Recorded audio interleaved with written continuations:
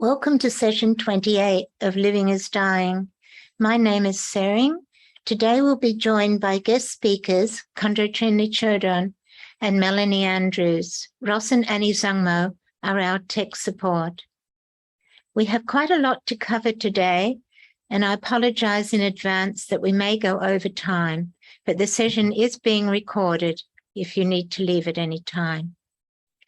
We begin by acknowledging the traditional owners of country throughout Australia and other lands and recognise their connection to land, waters and culture.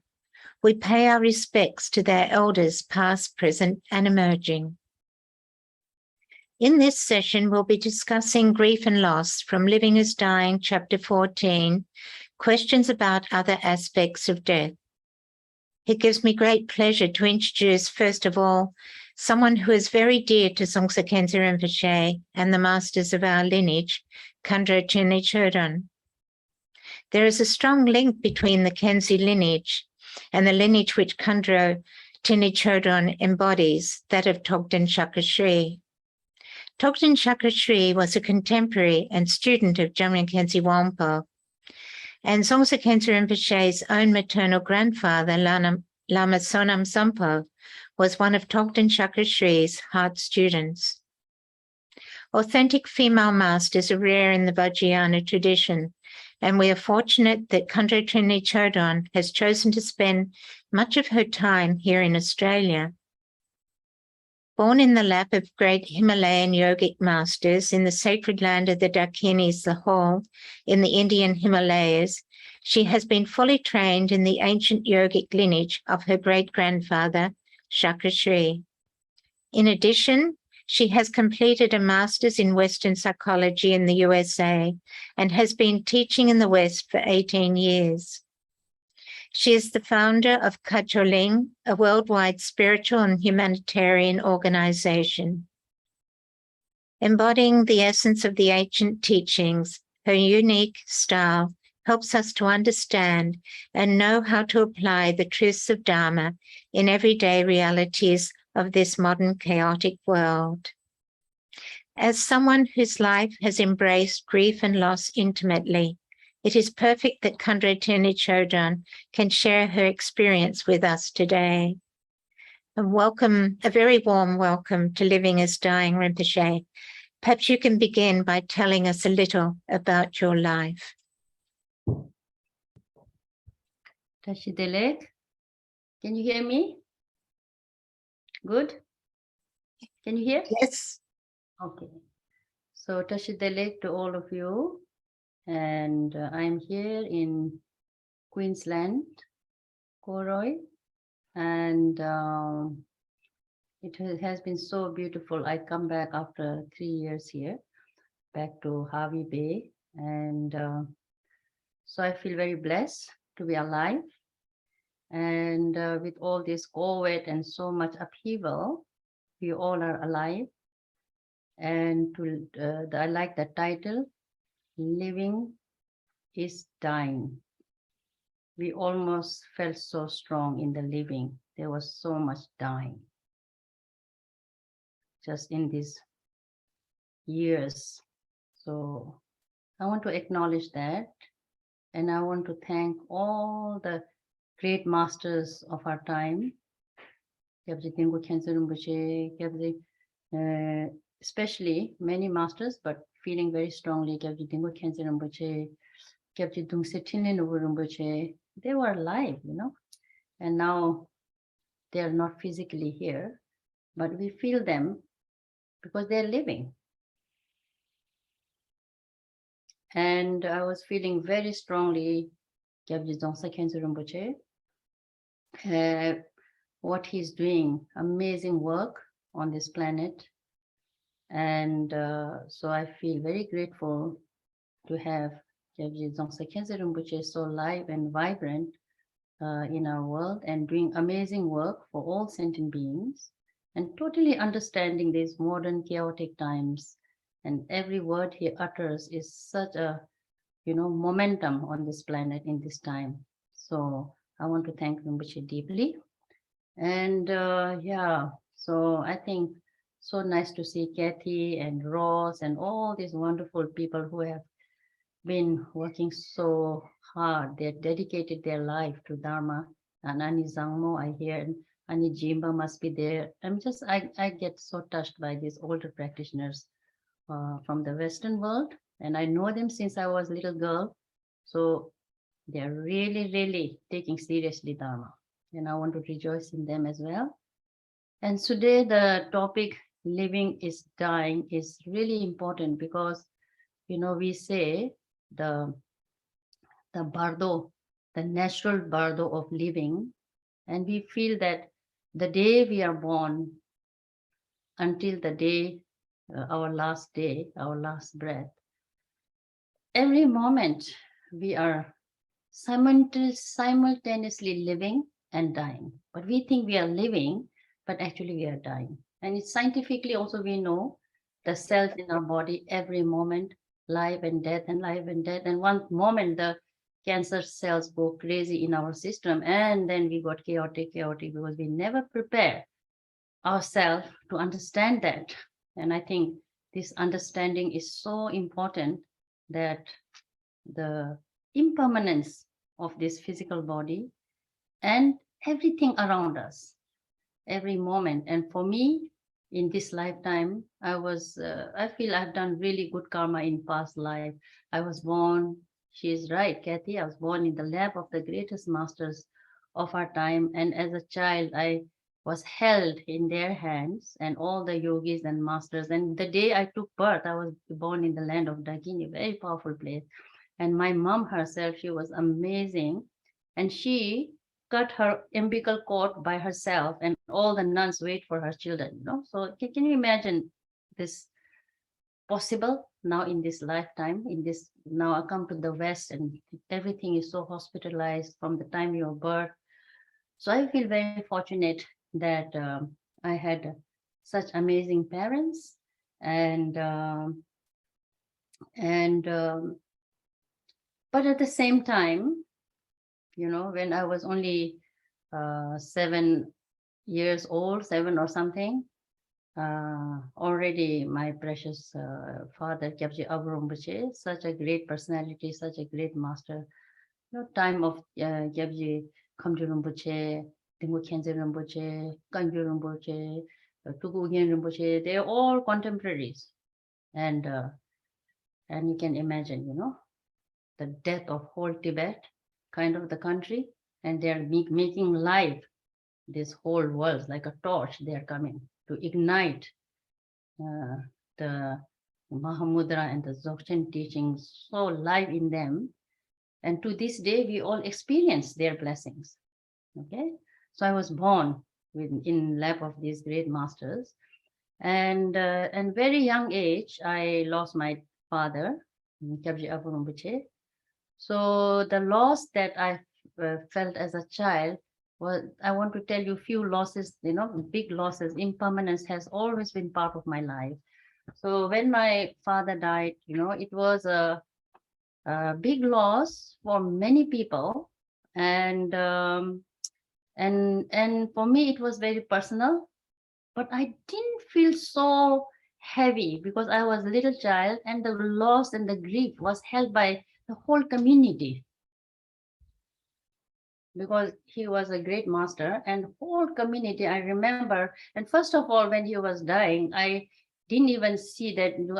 I was a little girl, and I always want to go into my father's room, and everyone stopped me that day. And then I see in the room so live. I didn't feel him dead. The room was live, and Rinpoche was seated very, in a very meditative posture. As a child, I was not feeling a dead person. Okay.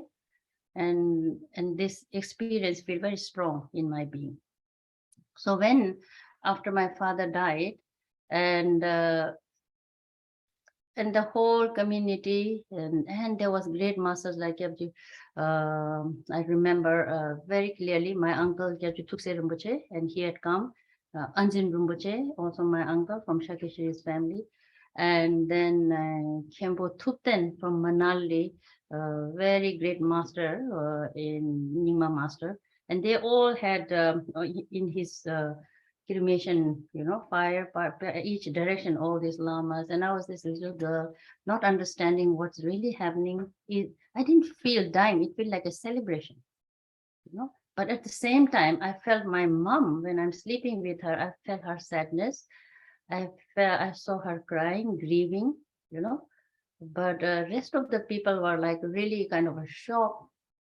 And at the same time, the power, the energy that my father emanated as he dead, and Jimba told me many times, so many things happened, but I was too young to see all of that, but I could feel it. Okay, so that aspect of my grieving about my dad was not so difficult because I had Imila, Gain Cancer Rinpoche, great students of my father. They just became suddenly, they all took care of everything, and there was complete holding in there. But when I went to school, when I went to Catholic school to study, that's where I felt the loss of my father, because everyone's father was coming. I didn't have a father. So that was kind of painful. But when I went home, I felt him in everything. All the people, they were kind of living it. Even he passed away, they were living it. So that was not so difficult. So in my 20s, then again, my mom and we very close, very intimate, and always holding my hand, with my two ponies, like I had ribbons like this. In a Catholic school, we had to wear white ribbons and uniform.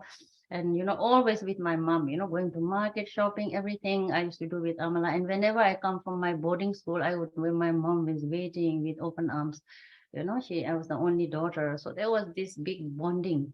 And this bonding was very, because since, as I tell you, that it was a spiritual family, but also it was my father and mother, So it's a complicated one. You see the spiritual bonding, also the family bonding. And the bonding is, can you hear me? Can you hear me? If you hear, can you put your fingers like that? If you can hear me. Okay, just show me your finger, then I know you can hear. Okay, so the bonding was very deep. There was a spiritual bonding as well as a family bonding, So especially with my mom, I could not figure out what she is. Sometimes she appeared like a great master, just alone with me. She never showed to anybody. And that's how our women are in our culture, And when she is with me alone, she tell me so many stories, teachings all the time, and educate me all the Tibetan scriptures I learned from her, and then also make me do the Wondro. So I feel that she is my Dharma teacher, but nobody says that my Amala is my Dharma teacher. And you project all these great lamas. So as a child, it was very confusing. But when I lost her, that was really difficult, because when I lost my mom, I felt that everything has fallen apart for me, like no one could replace it.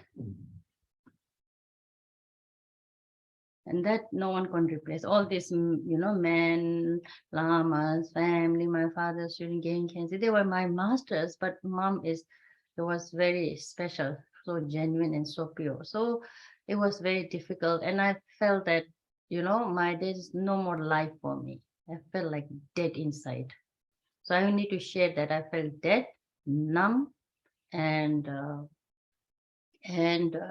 very deep, like a dark place I went into, and actually my family all were very, very kind, and they allow me to be there, and they didn't try to come and pull me out of that dark place. They just allowed me to be there. And we are always doing puja, and the sound were helpful. It took me, when I go to school, and I was still studying, and then I couldn't communicate, and I was very vibrant child, every active, and for a long time I become completely inactive. Everything didn't feel right, so it was very, very hard. And it continued for a long time. And because my mom and my bonding was so, we sleep together all the time, going out everywhere all the time. People would just see mother and daughter so close, So I felt like something very, very precious is lost. And until Anil Lodro, I remember a beautiful Anil Lodro. And then Anil Lodro called me from Nepal, and Gyabji Dingpo Khyentse Rinpoche is giving some teaching. It was very, and you have to come. And she sent a telegram first, and then I just like, oh, Imi, there's my father's life attendant, Imi, we have to go. And Jocelyn had given me quite a lot of money because I just visited America. And then I went with Imila, my younger brother, and we all went to Nepal. And Ani Jimba was there, Ani Lodo was there. And for me, I was like this young, I didn't have any intention to be Dharma teacher. Never. I don't want to be Dharma teacher at all. My brother's supposed to do all this job. And very good student. I always want to be a professor. So then, then when I went there, Gyabji Dingpo Khyentse Rinpoche was so powerful. I had one mala of my mom, which is coral, and she always used to wear it around her wrist. That was my refuge. I felt her in. She always making prayers. I felt her in that. It's an old one. If Ani Jimba is here, she knows exactly what I'm talking about. So I was very attached to that, and I felt her every time. I feel fear, nighttime, nightmares. What's life without my mom, and like that. And then I would hold that mala. So when I met Gyabji Dingpo Khyentse Rinpoche, and I was so excited, and I heard His Holiness also very excited that I'm there. So Ani Lodo told me. So I didn't know, what it meant. But then when I went to see Gyabji Rinpoche, so like mountains, oh, Guru Rinpoche, like live, I felt. And when I was very young, when I lost my father, I had a dream in which I saw a big Guru Rinpoche, and my mom was crying, I remember. And then I felt in that dream, we were all like Lilliput, like little beings, and that hand of Guru Rinpoche came down, and then he held and he put us all up and said, don't worry, I am there, like that, I was very young. I remember so vivid that dream, and I told my mom early in the morning, she was crying and crying, and I said, I had a dream. At that moment, my mom really melted, and child's dream is so pure. And she said, oh, we'll be protected. And she was going through her grief. And when I told that dream, so when I saw Dingpo Khyentse Rinpoche, I really saw Guru Rinpoche, that childlike mind's Guru Rinpoche. By this time, I'm almost 25. I'm not sure, okay, less than 25, I think.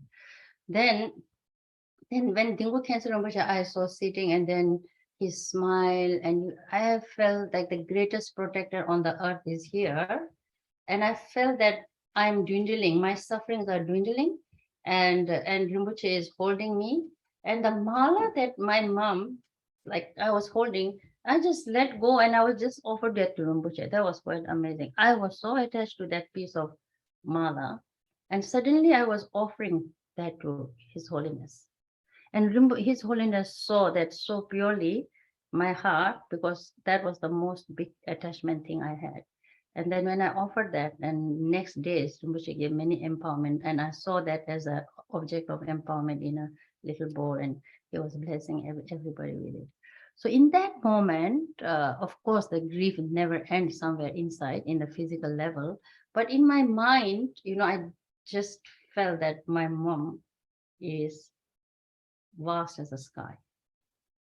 And no more was hanging on that kind of a pain in my heart. And my heart kind of felt opening.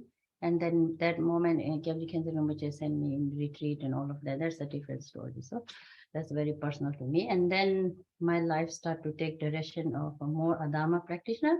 Just being born in great families doesn't mean you are stupid, you're everything, that I didn't feel that I thought, what is life, impermanence, all of that, and all your mother and all family influence you, but you have your own journey, and which remains dormant, and slowly it becomes live. And Gyabji Khyentse Rinpoche helped me to bring that live for me, and from there on I become more a practitioner, and finished on to everything very fast, very diligent. And so that is how the second part, the grief, that very personal. So I wanted to share that with you. And the third grief that I had, the loss, was my own late husband. His Holiness, 9th Nawang Shakdung. So that was very piercing, because at some point it became piercing. In the beginning, I was with His Holiness in the hospital. He had cancer, and when they announced, and that was very difficult, because it was not me child or a mother. It was just like I was responsible for this man, I was his wife. And the doctors are telling me, before telling Rinpoche, they're telling me he got this serious cancer and it is very aggressive and all of that. There's a whole story there. And I felt frozen, what to do. This enlightened being, and I'm responsible for, he's going to die and in 1 month. And this doctor is telling me before Rinpoche, so what do I do here? And felt so shaky and felt so helpless, and so felt, what am I supposed to do here? The monks, monastic body, they're not my family,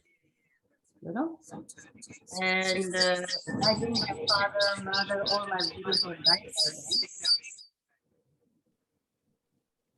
So I felt another kind of numbness, but have to, respond. So I couldn't stay in the numbness, what I'm telling. It's like I have to respond. So I called Thoga Rinpoche, who is related to me, very good Tibetan Lama. I said, Rinpoche, the doctors are saying like that, what do I do? And I was like in Darjeeling, and then the Thoga Rinpoche said, he was like shocked, and Shabung Rinpoche said, yes, and I'm telling you, you're the first person, I'm numb, please help me. And Rinpoche said, Tibetan medicine cannot help now, it's very aggressive, you have to go to, and you need to talk to Rinpoche, you need to tell him this news. There are many things, stages, and you need to tell him. And how do I tell him? I'm so scared, like I was feeling. But anyway, and then I called some monks, and everyone said, you must tell Rinpoche. So Rinpoche was sitting in Shiliguri in a hotel, because he just did the biopsy and everything. And then I sat and I just made prostration to His Holiness, and I said, Rinpoche, this is what doctors are saying, that you have only 1 month. And I am frozen. I feel I would die before you, and just feel, there's nothing left in me. I can't serve you now. I just feel I'm going to die. And Rinpoche just was so amazing. He just laughed, he didn't look scared at all. He was just smiled at me. And then he pat me on my shoulder and said, you are Dingpo Khyentse Rinpoche's student, remember? Gegen Khyentse Rinpoche and all these great masters. And now why you're scared? We have to journey this together. And you're going to be my anchor. And you're going to be very strong. And he just looked at me as if, like I have to journey this with him. And don't talk nonsense. You're not going to die. Okay? And you're going to be with me. And so soon His Holiness was like, okay, 6 months, all the monks are on holiday. He was planning ahead of time. And everyone went to Kalimpong packing, showing me this, that in the room. And then off we went he wanted to go to South India. And we are in Vellore in Chennai. And there was this big beach. I still have pictures.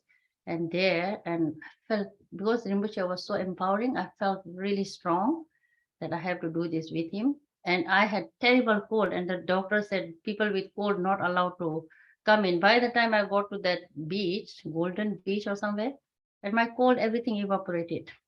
And I was like holding Rinpoche like that. I can still share that picture with you guys. And so off we went and test and like that, and chemotherapy, and there was the World Cup cricket going on then. And Rinpoche loved cricket. And there was Bin Laden, I remember. That is the time, I don't know, in 2003. And Rinpoche, we sat in there we had a place, and Rinpoche is the VIP guest of Government of India. So we had, the high-level officers coming from Chennai, and, and some police and outside and guards. And so inside Rinpoche and me, and he just wanted me with him. So I don't know from where I got the courage. I still don't know. I am so scared of hospitals. I've never seen the door of hospitals. And there I was with the most precious being, and I'm making juices, and and then Rinpoche is like, like, oh, and put all medicine Buddha. I felt like a little temple, and then medicine Buddha, and then now we put on the TV, and it's like, why Rinpoche? We have not much time. We have to watch World Cup cricket. I want to see you, Sachin.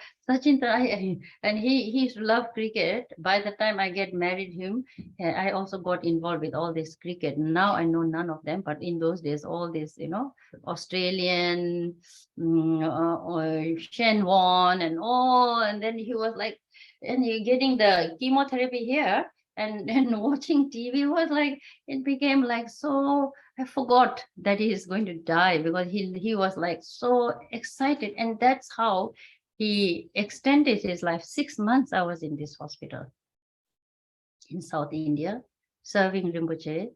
And I think that was the most precious time of my life with Rinpoche, because we didn't have long time, but the time that I had in the hospital was where I was totally focused on Rinpoche, and with them very intimate, very deep, very profound. I saw layers of our death and dying teachings that, we always hear about, but it became so live for me. And then, he had the chemotherapy. I remember the names, and cisplatin, and then there was that really was good. And then he said, oh, we need to take a break, and we went to Kerala, where we go now. And we went to Kerala, and my Catholic school, Father Thomas, and he had really serious diabetes. And I called, and Father, come here, because there's hospital, Christian hospital, and you spend with your husband time here. So we stayed there for 2-3 weeks, and Rinpoche and father, both of them eventually died, but both of them watching TV and talking Christianity and Buddhism, it was very profound time. So we went in the boat, LAP, the boat, and all of that. We did that, and then we had to go back to the hospital, and then he got another chemotherapy, and that was like very fast. It was like, deteriorating the butcher's health, and one fine day the doctor said, like, now, and like, there was a lot of stories, but I'm not going to go deep into it. But then when we were in the hospital, and many layers, and I saw who he really was, his fearlessness, and in which I always say, I never studied anything, Dharma, drama, la la la la la. No, I don't know Poa, but he really did Poa. He used to say he was very hidden person, and so amazing to share that time with him. And then, and he eventually passed away. And many kind of miraculous things happened there in the hospital. There was all this rainbow and suddenly thunder, lightning. And from Bhutan, some of Rinpoche's Jindas called saying that, oh, is Rinpoche okay? In Bhutan, it's getting dark during the daytime, like that. And that time, Rinpoche was like in the ICU. And then he completely went into coma, and again he came back. And when he came back, I went in to see. They said, maybe he wants to talk to you. And Rinpoche was saying something, and I was holding my hand like that. And he couldn't say much things, but I just prayed to him. And then I never saw Rinpoche. He's a very tough guy. I never saw him in tears. And 2 big tears rolled. And I think then I say, oh, now we have to put those oxygen. And then I went out, and by the time that the monks start to come, for the whole time I had time with him, monks and my family, everyone arrived, and soon everything was ended, and then we went back to Kalimpong, and so many Bhutanese people, community from Bhutan, and then it became no time to really grieve, and become very chaotic with people, and then for a long time, months. and then slowly become very complicated and very political. And so again, I didn't have any time to grieve. I was just numb. I was doing things, but I don't know I'm real or is alive or dead. I don't know. I just had to do things. I had no idea. And people now tell me, Khandro, like you were just completely like a dead body, like walking. I felt like that. People who now meeting Bhutanese people from those days, and then finally, slowly, undercurrents of you can politics, some kind of political things were around, and many complicated things was, I could feel it. And then I just went back to Manali, my home. And the moment I reached my home, that was after a few months, I just like reached our home in Manali. I just cried and cried for 3 days non-stop. Non-stop, like river. And I couldn't, downstairs I reached, I couldn't go up to Rinpoche's room. I was just crying. Whole my family came, and it took long time for me to get out of that grief and loss and pain. And it kind of and there was a lot of betrayal and a lot of politics there. So that was going on, and then I felt that, just kind of finally I could feel myself. I couldn't even feel myself, couldn't even know who I am, kind of thing. So by the so this all grief and loss is very important part. As long as we are in the natural bardo of living, we all experience it, and no one can escape this. And that's why Buddha Shakyamuni, when this women with a child came and said, please, you bring this live, and he said, just bring handful of grain, in which house nobody died. So in that way, we all have to, and the more the bonding, more the love there is, more the grief. That's my experience. So for me, it was very, very difficult. And then what happened, I tell you, then one day, I couldn't handle it. Okay. So then one day I decided, just in Sweden, I have Johan, who was very good student of Rinpoche, and Johan said, Khandro, just come, we need to get out of there. And I was feeling physically, mentally, emotionally, I felt completely helpless. And Johan, it is 2004, and then Johan said, please come to Sweden. So I went to Sweden. It was dark, winter, gloomy, just felt like myself. And then I said, and he was trying to give me very good food and taking care of me. I said, I just want to be alone. Can you leave me alone? And then he found one of his Christian friends and priest, and he had a beautiful, like a castle-like thing, a small, beautiful. And then I said, I need to do retreat, Johan. I need to be alone. I need to process this. So then he left me alone and brought food like a retreat. And there was a big TV in front. I just put it on, and then tsunami. Remember tsunami 2004? Do you all remember? So this tsunami, they're showing pictures of tsunami. And then I just started to practice and just calling the Lama from afar, lots of Guru Yoga, and just feeling this pain of so many people dying, And then I just want to share this with you, because at that time I wrote a poem, and that shows what I was feeling. Okay, so I'm going to read you this poem. It was Christmas time, around Christmas, 25th December 2004, the day of celebration, holiday, and light. In an instant, transformed into the darkness of terror, misery, and death. A stretch of gigantic, monstrous wave came roaring, rushing in tremendous force, devouring thousands of innocent victims, men, women, children, building nature and history of countless aeons. Snuffling lives out of vibrant holiday makers, stealing dazzling dreams into untold agony. Death that we pushed to the edge of our lives was witnessed naked in front of our eyes. All one saw was corpse, injured, and people in utter pain. building and possessions accumulated for centuries lay in ruins and debris as if nothing ever existed. Intoxicated by the clutches of greed and ignorance, we go chasing after the shadow of material realm.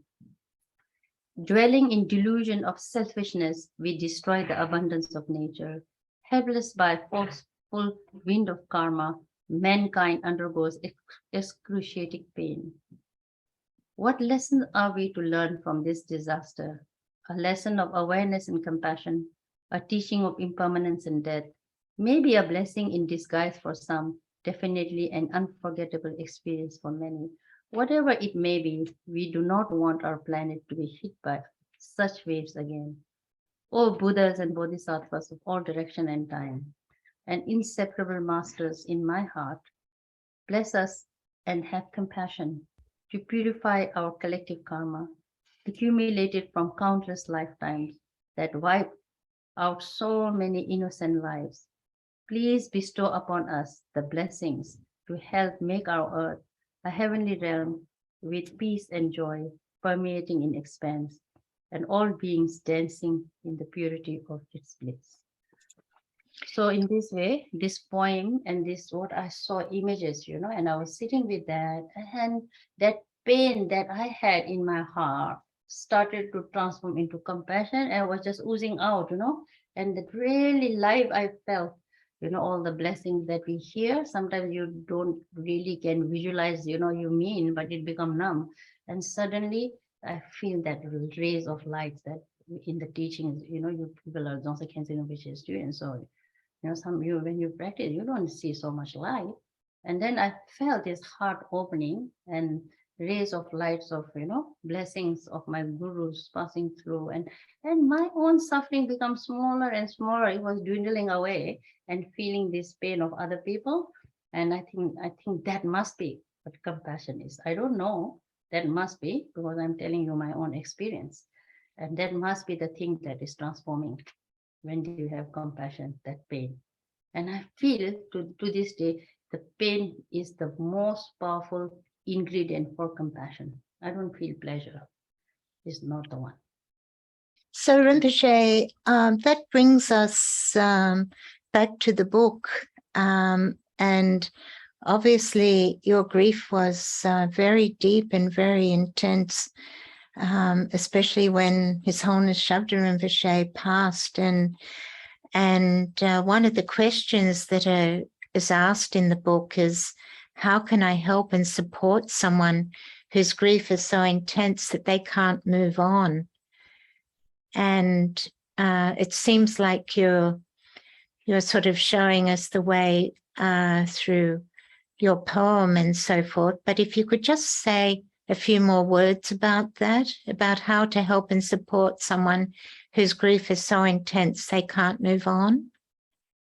Yeah, now it depends. That person who's asking this question, are they Buddhist practitioners or are just normal people who want to help? Well, they can be either. I think in this program we have both Buddhist practitioners and people who aren't, who are interested in death and dying. So, as a Buddhist practitioners, I don't have to say, because you all are Dzongsa Khyentse Rinpoche students, no? So I can't say anything because I'm sure he must have taught you. But as a normal person, I'm not your teacher, so I don't want to say. But as a normal person, as I said, I really want to relate myself as a very normal person, because it was a spiritual family, but it was my father. It was very intimate. It was very close, my mother, my family, my husband. So it's very, very, very difficult. That grief, that emotion is very powerful, and it is, it overwhelms you, when you really love somebody. And I have recently one person, his daughter just died in the car as we're traveling, young daughter, and I have to help him through, so this ordinary person. And I'm trying to tell some dharma thing, it doesn't go in his head, so the best thing is like really allowing him to go into this place of darkness, and this place of this is connected to attachment. but also it is a very valid attachment, because underneath that is all love. So therefore I think what I did is I just allowed him just go, and recently I have been and he's more ready to hear something, so I'm just like started to talk about impermanence, and he's not the only one, and slowly he's listening, but in the beginning he don't want to hear anything, so just you just have to allow that to happen, because it is one phase. It's one phase, and I think that phase you cannot push people in there. As a Buddhist, you can't start preaching Buddhism there. It doesn't help people who are new to Buddhism. And for me, unless Dingo Khyentse came, or when I tell you that the betrayal that I felt, in New York, suddenly Rinpoche invited me. I was having memories. To this day, if I see chips, I feel see Rinpoche, So it's become so real. Everything they did, it becomes so alive with just the things, even they're physically not alive. So it's very difficult. And Dumse Tilenobu Rinpoche really helped me to process that aspect of the betrayal and the heavy things that I was also feeling.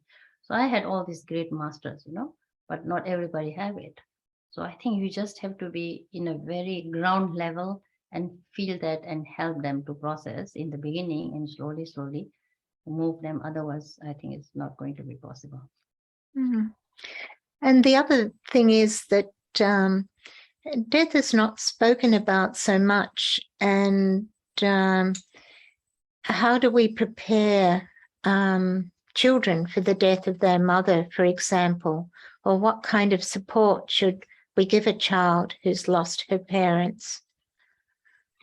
Death is not spoken about here in the West. Is big denial, because I had this Yogi Pema, Meme Lama Sonam Sampo student. He came here just in this house, and the first question he asked them is like, where are the dead bodies?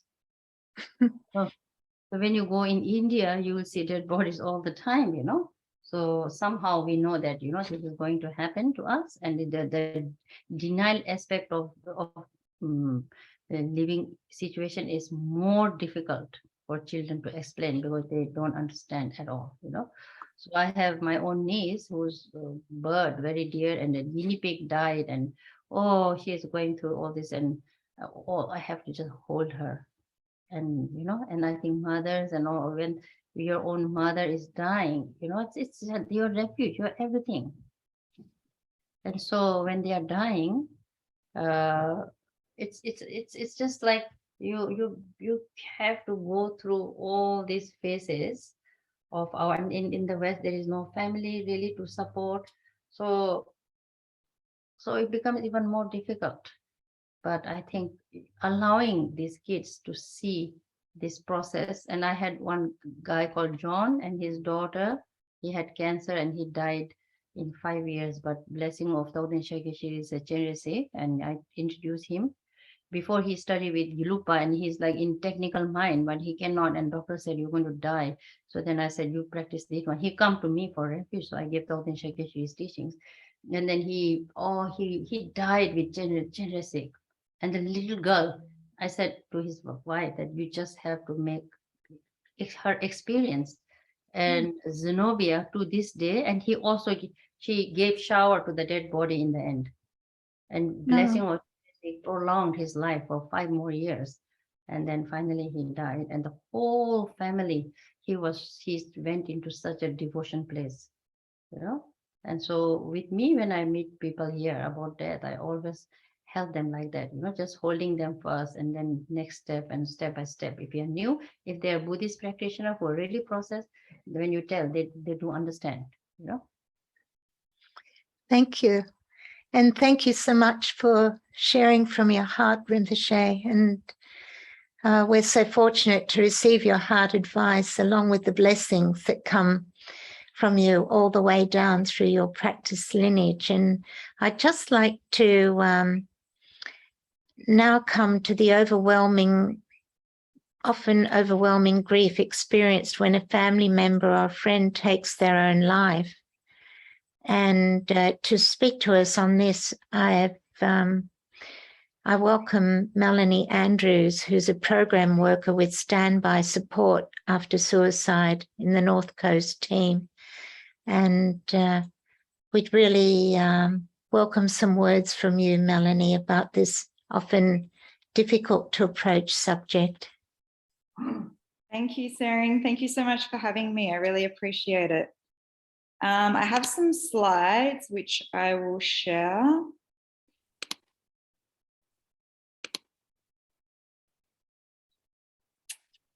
Is everyone able to see my slides there? Yeah, fabulous. Okay, so again, thanks so much for having me today. We'll just talk very briefly about the nuances of suicide, and I'm going to tell you a little bit about what we do here at Standby. So what is Standby? We support people who are bereaved or affected by suicide. We operate on the north coast of New South Wales, or our team operate predominantly there between Port Macquarie and Tweed Heads, but we have casual support workers in Brisbane, down in Victoria, and in Sydney as well. We usually offer one face-to-face visit, and then we'll follow up with a second face-to-face visit if required, to provide support to the person who is bereaved through suicide. And then we provide phone support for up to 2 years afterwards. So really that's just checking in to see how they're going, to find out whether we can provide any additional support to them. And during these support sessions, we'll refer clients to other relevant services. So they might be connecting the person with financial support, it might be legal support, or it could be counselling services. So getting them a referral to see a psychologist, for example. And then we also engage in workshops, and also we do community engagement to really build awareness of around suicide and suicide prevention, and also to help to really reduce that stigma, which is important. So suicide's a reaction to overwhelming feelings of loneliness, worthlessness, helplessness, hopelessness, and sometimes depression. So it occurs when a person's pain exceeds their resources to cope. And legally, a death is determined to be a suicide by a coroner. Now, we know this is a really sensitive topic, and it can trigger many people emotionally, I would say all of us emotionally. So if this content brings any sort of feelings, then any heavy feelings, please reach out for support and make sure you engage in some self-care.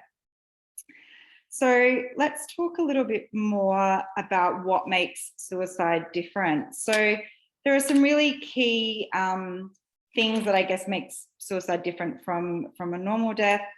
The first one is the suddenness. That's something that's unexpected, and it tends to therefore impose a greater burden on the bereaved. And this is chiefly because there's no real mental preparation for that death and to help process that death. It can also leave some unresolved, unfinished business with the person. So that suddenness can be hard to deal with. Secondly, the method of death. So we find that the bereaved can really struggle to understand why a certain method was used. And so that can produce some distressing images in their mind, which really heightens their grief. The next thing is this sense of rejection that the bereaved feels. So often we see the nature of intentional death can create that rejection. So the sense that the person chose death over their relationship with them, which can be really, really hurtful for that person.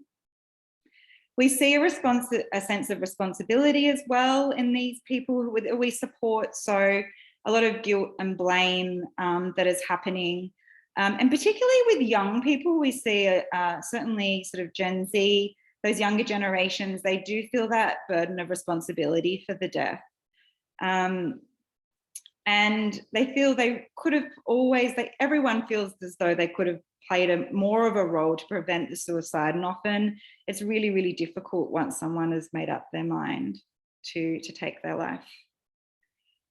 Stigma. So we see that the stigma of suicide can lead to some self-imposed isolation. Feelings of shame and perceptions of being stigmatized may interfere with how survivors interact with others. And obviously isolation isn't a great thing because we want people to stay connected at this time to really help them process their grief.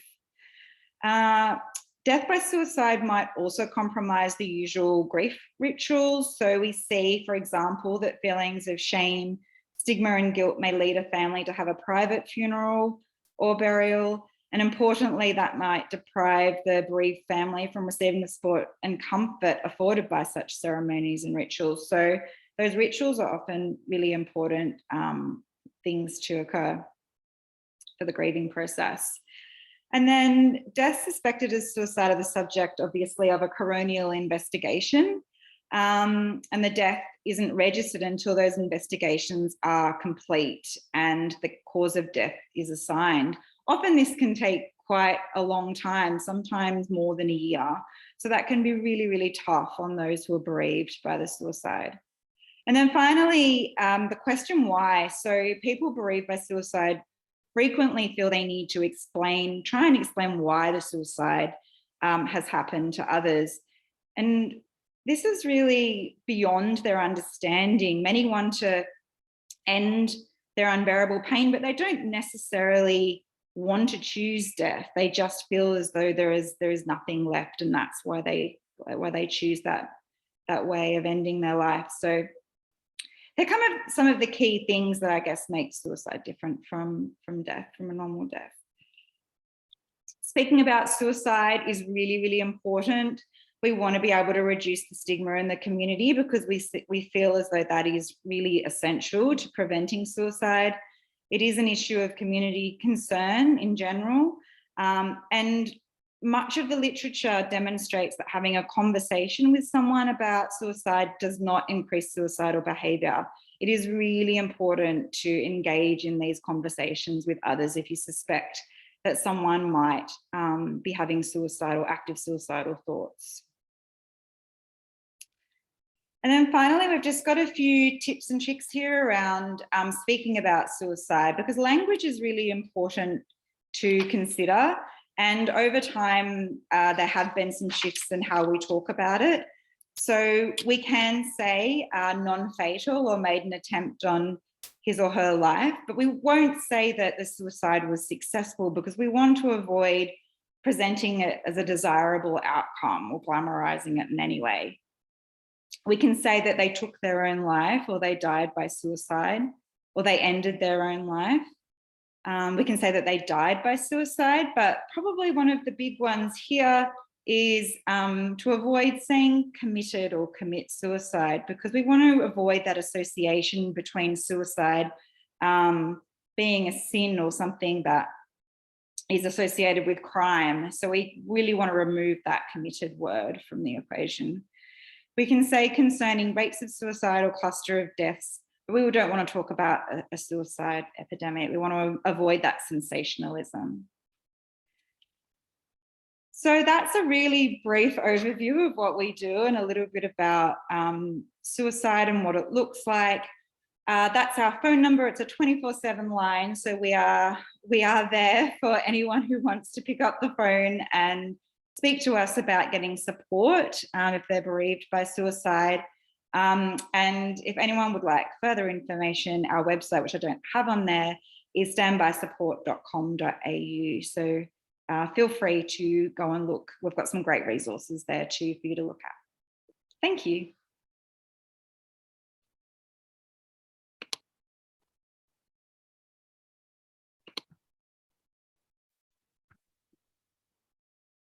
Thank you so much, Melanie. Pleasure. We'll now go back to the Living is Dying book, where there are some associated questions which I'll read. Physician-assisted death is now legal in a number of Western countries. Despite receiving the best care, a few chronically ill Buddhists have indicated that they would like to have this option open to them. How should a Buddhist hospice respond to someone who seeks an assisted death? And how can we best participate in the public conversation about this sensitive topic? Now, since this book was written, assisted dying has become legal in some states of Australia. And before reading Rinpoche's response, I'd just like to read a statement from Chittamana Buddhist Hospice in Queensland. Chittamani Hospice acknowledges that there is a broad range of opinions on euthanasia within the Australian community, which reflect our diversity of cultures and belief systems. We recognise that some people may elect to request euthanasia or voluntary assisted dying. At Chittamana Hospice, our focus is on supporting clients and families to achieve their goals and wishes as best we can. However, Chittamana staff will not be involved with voluntary assisted dying. The reasons for this are as follows. Euthanasia is not in accordance with the values of our organisation, which include respecting the value and dignity of all life. Our belief, like that of Palliative Care Australia, is that the practice of palliative care does not include euthanasia or voluntary assisted dying. In our practice, we do not intend to either hasten or postpone death. The main goals of our care are symptom relief, minimalising suffering, respecting choices, and improving the client's quality of life. Now, I'd just like to read Zongsa Khyentse Rinpoche's response to this question. And also, I'd just like to remind everyone that there will be a Q&A time at the end, and you're welcome to start putting your questions in the chat box if questions come up, and we'd be grateful if Rinpoche and Melanie would be available to answer any questions. The spiritual opportunities available in the natural bardo of this life make being alive very precious. While you are alive, you can choose to practice being aware, conscious, mindful, loving, compassionate, and virtuous. But you'll be taking a huge risk if you opt for an assisted death in order to die painlessly. If your hair caught on fire, you would immediately try to put it out. Similarly, the moment a Buddhist realizes they are picking up a new bad habit, their immediate response should be to break the habit. Buddhists actively discourage all habits, good and bad, because habits are dangerous, especially the bad habits that cause pain and suffering for ourselves and others. Suicide is a habit we pick up very quickly and is extremely difficult to break. It's a little like being addicted to alcohol and incapable of saying no to a drink. Habit plays a huge role in defining future rebirths. Once you have formed the habit of ending your life, when things get tough, you'll resort to suicide more and more quickly in your future lives. Buddhists who have studied the teachings on karma and reincarnation should know this. Of course, this argument will not work if you're not a Buddhist and have no belief in reincarnation. Neither will it work if you think that death is the end of everything. For Tantrikas, purposefully ending your own life is simply unthinkable. Tantra sees the 5 aggregates as the 5 Buddha mandalas, and to deliberately destroy those mandalas goes directly against Tantric law. As a Buddhist, even though you are in constant unremitting pain and have no hope of recovery or relief, it is important that you do everything you can to take advantage of your situation. You could, for example, practice for all sentient beings by doing Tonglen. Think to yourself, by going through this terrible pain, may the karma that causes pain for all living beings be exhausted. Mature practitioners often find that acute pain brings their awareness alive. Many great masters have said that pain is like a broom that sweeps away all your karma. Suffering also has its worth. Through sorrow, pride is driven out, and pity felt for those who wander in samsara. Evil is avoided, goodness seems delightful. And that's a verse quoted from Shantideva's Way of the Bodhisattva.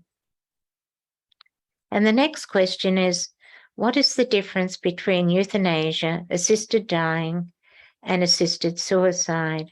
And Rinpoche replies, from the Buddhist point of view, all these methods fall into the same category. I completely understand the motivation behind wanting to end a person's pain and suffering, but to purposefully end a life is not an option.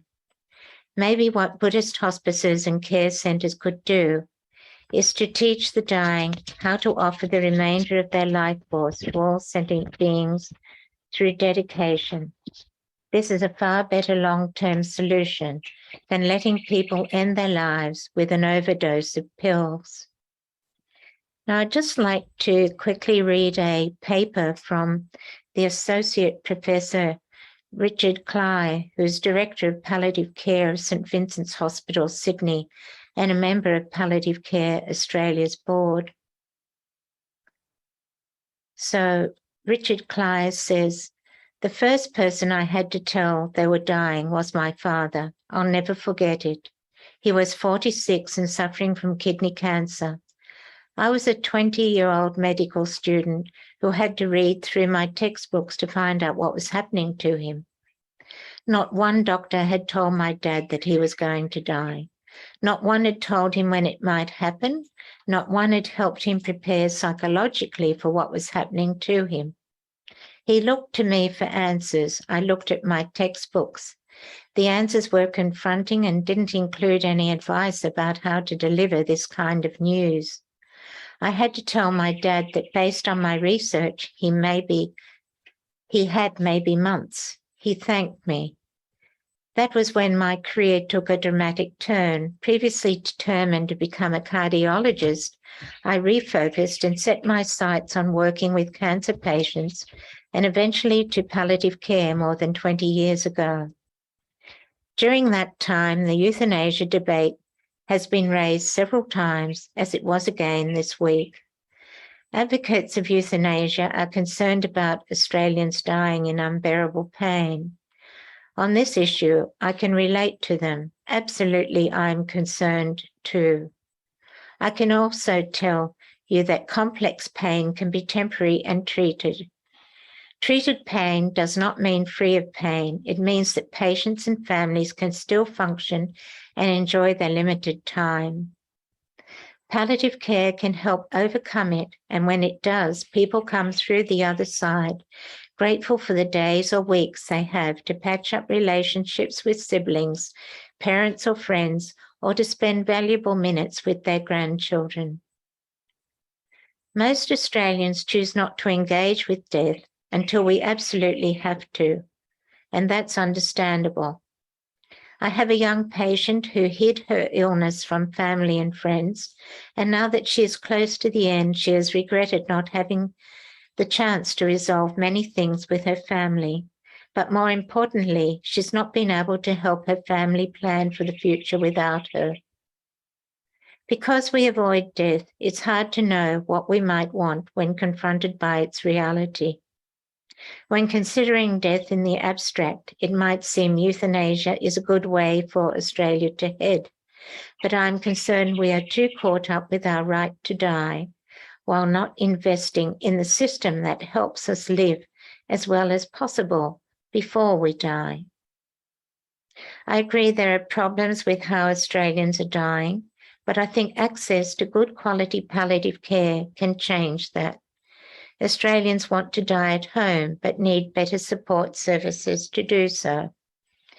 Carers need respite, and your postcode often determines access to services, unfortunately. These are the rights we currently denied. This is what we should be getting up in arms about. Dying is much more complex than just ordering a dose of pills and flicking a switch. And the more we ignore it as a society, the more appealing an off switch might seem. Before we consider flicking a switch, we might do well to invest more in giving people more quality time. That's what palliative care does. To do that, we need to educate doctors about pain management and when and how they can refer people to specialist palliative care. More Australians die in pain because of lack of access to palliative care, not because of palliative care. Euthanasia is not a substitute for palliative care. Good quality palliative care is not going to work for everyone, just as heart surgery is not 100% successful. But for the majority, a palliative care experience is a good one. Doctors need to take some responsibility as well. Palliative care is a small part of general medical training. We tend to focus on saving life and not enough on the right time to let someone go. Palliative care is not only resisted by patients who see it as an end game, but their doctors who see it as a failure. It is neither of those. In palliative care, we often help patients and their families come to terms with what is happening to them. Perhaps we need to sit with their doctors as well. We all need to talk more about death being a natural part of life. Maybe then we'll be better equipped to enable people who are dying to get the best out of any time they have left. The best chance they have of achieving the best case scenario is by giving them access to good quality palliative care. Euthanasia is a very complex ethical debate that should happen well after we have achieved that. So I think we probably have enough here to consider for this session, and we've covered quite a lot. And maybe now, if there are any questions, if you could please either put your question in the chat box or raise your hand and then unmute. And it's good if you say who you would like your question to be addressed to.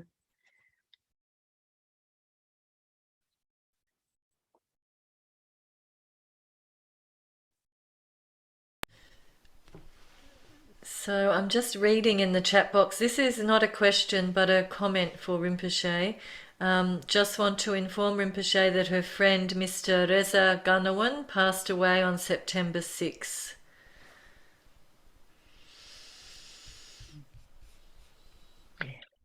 So we can put his name on the Siddhartha's intent prayer list, can't we, Annie Sangma? Yes, we'll add him. Add him in our list also. We do candlelight puja and light butter lamps. Please send the name.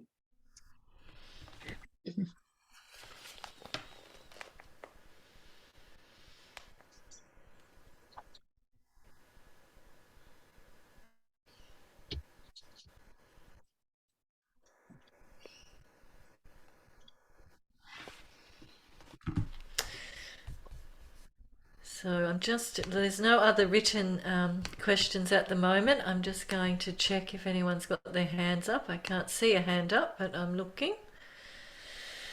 Looking.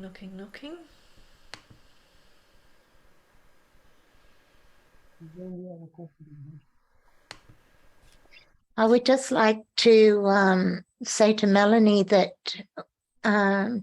we were so happy, and we hadn't heard of Standby before, and we were so happy to know that such a organisation existed, and really congratulate you on your work, because it must be really quite difficult at times. And perhaps I'd just like to ask you, Melanie, like, how do you cope with your own self-care, with working in such difficult situations? Very kind. Thank you, Tsering. Yes, there is, just to your point before, not a lot of people have heard about Standby, so we're trying to increase awareness.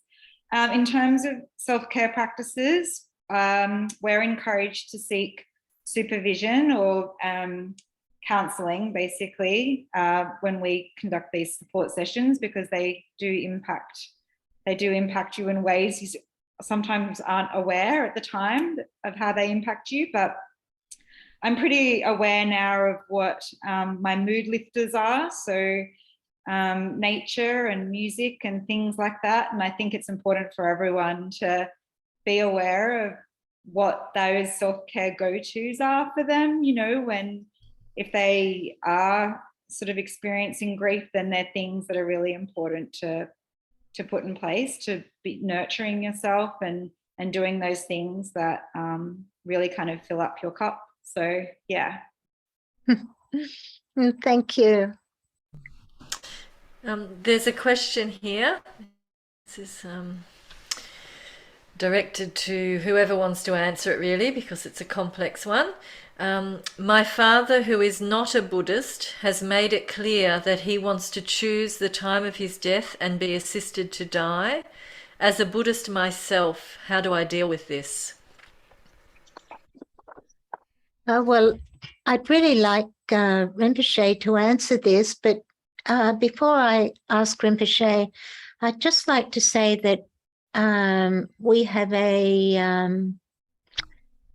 a decision that we made with the Living as Dying team that as Buddhists, we don't support the ending of a life, but we will, of course, support pain management during the dying process.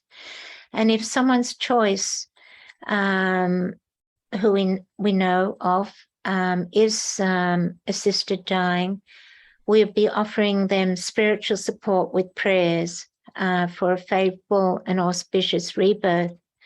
But this is really only from our limited wisdom and compassion, and I'd really like to hear Rinpoche's answer to this. How does this lady cope with her father wanting to have assisted dying? Are you asking me? Yes, please, Rinpoche. I will tell you a story that I had one very, very close student of mine, and the father was 95 or something, and he really wanted to die with kind of assisted death, you call it. And we were in Broome, and we were coming down on the, we decided to take a pilgrimage. And then, you know, like she was like really panicking. And I said, listen, I think the most important thing is like you really need to spend time with your father.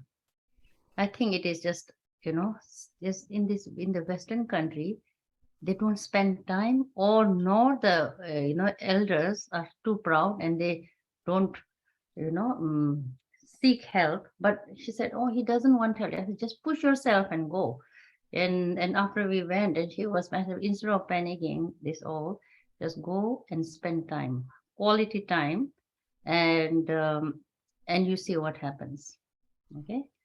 And so off she went, and the whole time, it's almost now he died recently, and he didn't want to die at all.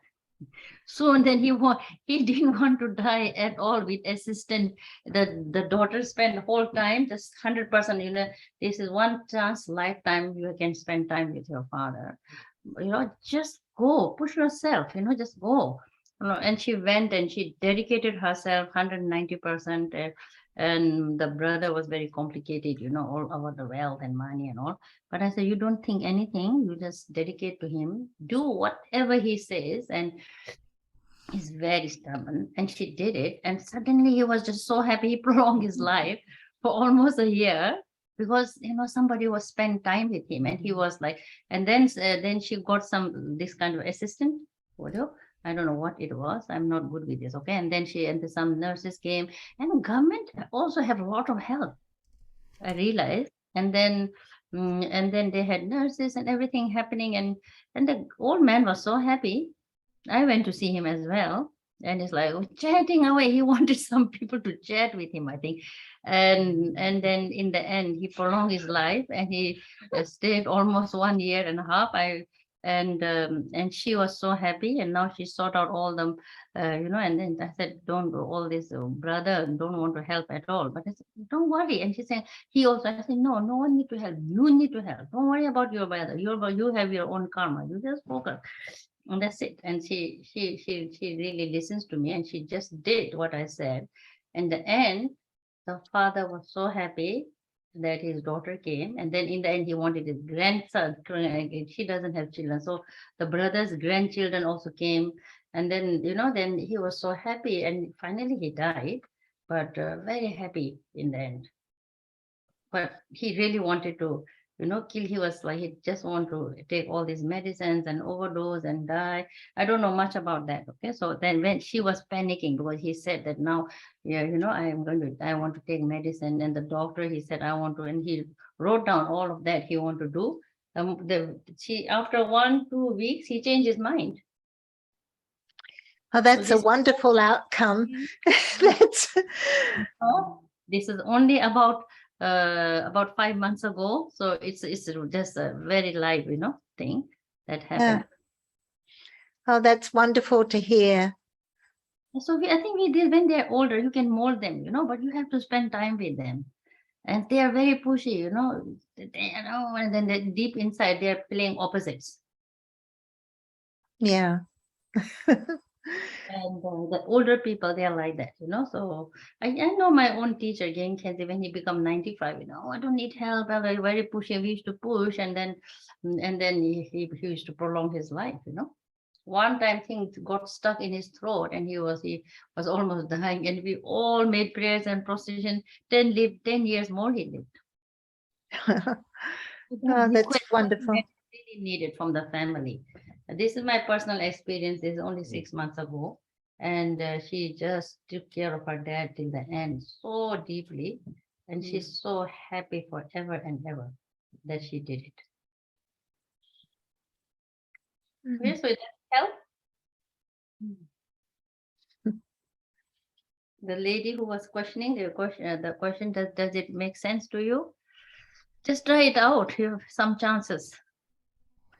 And you'll be saving, as a Buddhist, you'll be saving, like when we, kill ourselves, you're killing like so many sentient beings' energy. So it's just, and your own father or family, you can really help. You have genetic fluctuation, I call it, you have. And your gurus also, the students can help to prolong. And family, I'm sure your family, you can help to prolong their lives. I really believe in it, okay, personally. Thank you, Rinpoche. She wrote, thank you, that's helpful, yeah. Okay. And about the suicide, also I just wanted to say that, was it James recently? Yes. Yeah, and then this guy and his wife committed suicide, 2 little kids. This is also in Perth. So he's not in Buddhist, nothing, I was doing some practice of candlelight puja, and I think Julian, one guy, told him that you need to come here, because he was completely, he wanted to be suicidal as well. He was exactly all the things that you have put in there, exactly he was going through all of that, kind of abandoned, and all the, what's her name? Melanie, what you said, all these things he was going through. And then we were doing a big puja, and he came and he sat there, and all the chanting, everything he has never heard, and his energy is lifted. And then he came to me. I had a session with him, and we had a really deep talk. And then I visited his home, and the whole house, you can feel heavy energy, So I did cleansing and clearing all of that. And little girl, she was so happy when we put the prayer flags. I think there's blessing in all these things, like even they're not Buddhist. And when we did sat and did a little ritual, all the family, grandfather, the father was also there. They were nothing Buddhist, and just they felt lifted. It was quite amazing to see that. And they did all the pujas, they were nothing Buddhist or nothing, just having a ritual to elevate, some kind of ritual is very powerful. And I told about putting on the lights, and they did all of that because they love him so. But you need something, and sometimes people, that who are left behind, and they are just completely numb. And at that time, putting some colors in their mind and explaining, little kids explaining about next life. My little niece always talking about death when she was small. And I said, I had no answer, why people die. I said, you know what? When you die, you are born again. So you become a small child. Oh, that she never asked me that question, that, just the fact that even you don't believe that you're not dead, you're going to be born again. And that was like such a relief for this child. That you talked about the mother who really needed help, mother died and the child. Things like that, the child's mind is very soft and you can really impact their mind and they feel a relief that their mother is not dead completely. She will be born again. These things were like simple things like that. It's very powerful at the time. I know that time's moving along, but there's one more question for you, Rinpoche. Would you kindly tell more about how your husband died and what kind of poa and what the signs were? When His Holiness died, there's no any kind of poa. It was just, poa. I don't know what kind he's doing because he never exhibited like that. But, he's enlightened so many lifetimes and he just transferred his consciousness. I could feel his, he was like really in like deep. He was in meditation before he went into ICU. And I just saw him doing the poa and he told me to hold his hand and chant the mantra. Okay. And what was it? What kind of poa and what? And what the signs were. Then he completely, we are in the hospital, so it's very, very hot there, it's South India. And as he was, moving into another mindset, after coma and all of that, then I came out and I was just feeling so helpless. And I looked outside, suddenly thunder, lightning, and, you could hear. And with these people, it could be my conceptual mind. I don't know. And then I felt formation of clouds. They were feel like really like a scarves. I felt that like a dakinis have come to this. And then I knew that moment that Rinpoche is gone. He is not yet gone. I could feel the thunder, lightning, all these things and it was a little bit evening time. And the sky, the formation, like a sunset, it was just amazing. I just look at that and I know that Rinpoche is really. I start to cry and the monks will hold me. And then at the same time, around that time, got a phone call from one of the jindas saying that, oh, Bhutan, his Rinpoche is Bhutan, one of the great high masters of Bhutan. So Bhutanese jinda calling me saying that, I hope Rinpoche is fine because, like in daytime in Bhutan is becoming dark since this morning, he was saying to me. And there was all signs, Bhutan is so far away from South India at the time calling me. I couldn't really respond. Well, I was just in awe of all these things. And the monks held me then because I started to cry and I feel like shivery, like an earthquake, like in my body. And they took me down to the room. These are very personal to me, so I just felt it's high time. I'm 19 years now, since 2003, but still very fresh. And don't misunderstand, I have still feel in my being that grief, but the grief has a different texture now. It's not heavy anymore. And I just feel them, the three people in my life, feel them in my mind and feel their blessing all the time. And when I'm teaching, I just connect to them and they don't feel dead to me. But I feel the pain. Physically, I miss them. It's not like I feel. Yeah? Yeah. Thank you. That's it for the questions, Tsering. Thank you. So we'll dedicate the merit and this virtuous accumulation of merit we offer so that all obstacles dissolve and at the time of our death each of us may find ease in dying and swift rebirth in the pure land of great bliss, quickly gaining enlightenment for the benefit of all sentient beings. And if the material presented today has raised any concerns for you, has suggested you speak with a trusted friend, your personal health professional, or your Buddhist teacher or instructor, and we can also add there Melanie and Standby. And I'd like to say a very big thank you to Rinpoche and Melanie for joining us today.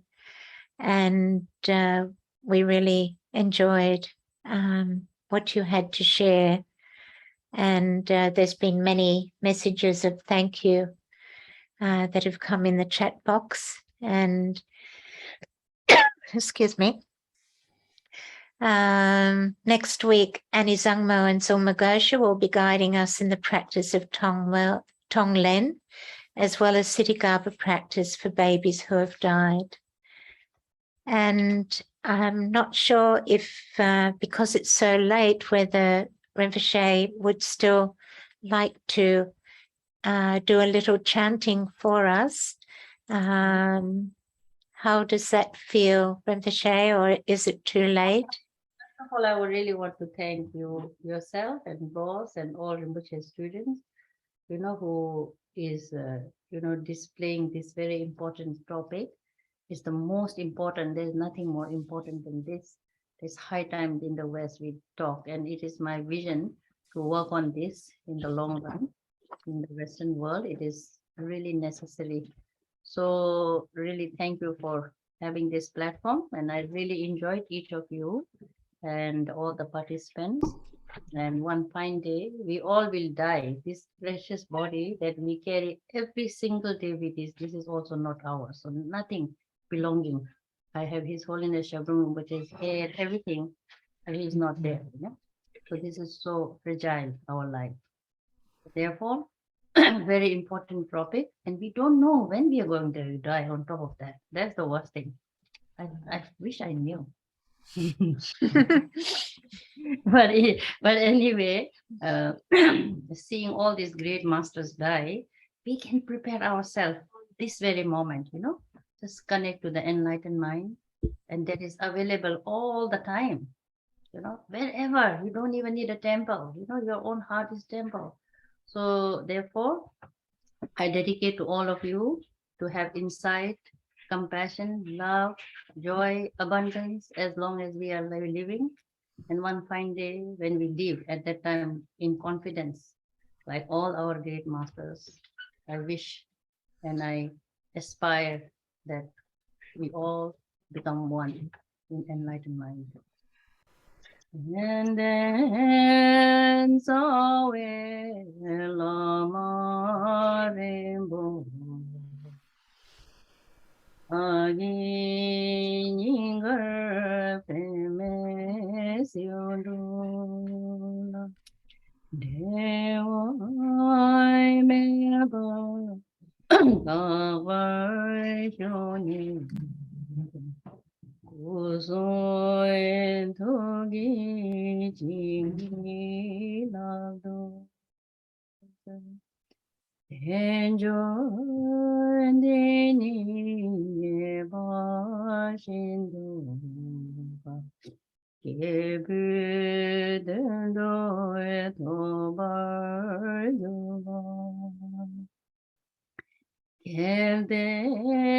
Dina Pemba Madu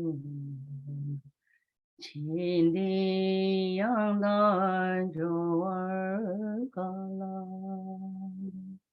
Sizoi Mido Tenge Tinda Doe Geji Kada Kada Neni Dima Shindo Jesu Sizi Mari Wandi Kebona Mina La Daingen Sonan Son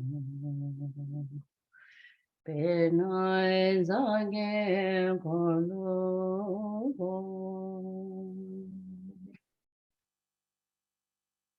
Pendalame number Tabala, Kitty, some young lot on me getting a major. Sena Jovajo, Serapunda, Lama than the Mechugi, Bedan launch of his southern Hami and there as an torch, Changi go on you, Nender Nimo dele, sending Nime go and then Yinzenda Blue Deleve, Bonjo, Songi, Tashi Show. Thank you. Thank you, Rinpoche. Lots of love. Yes. Thank We look- you. Thank you. Thank you. So how do I put that off? So we have some beautiful people here also. So very much love from all of us. So we're going to have a party now to celebrate. Yeah. Baby. Thank you. Okay, music and party time. Bye-bye. Bye. Thank you. Bye. Thank you so much.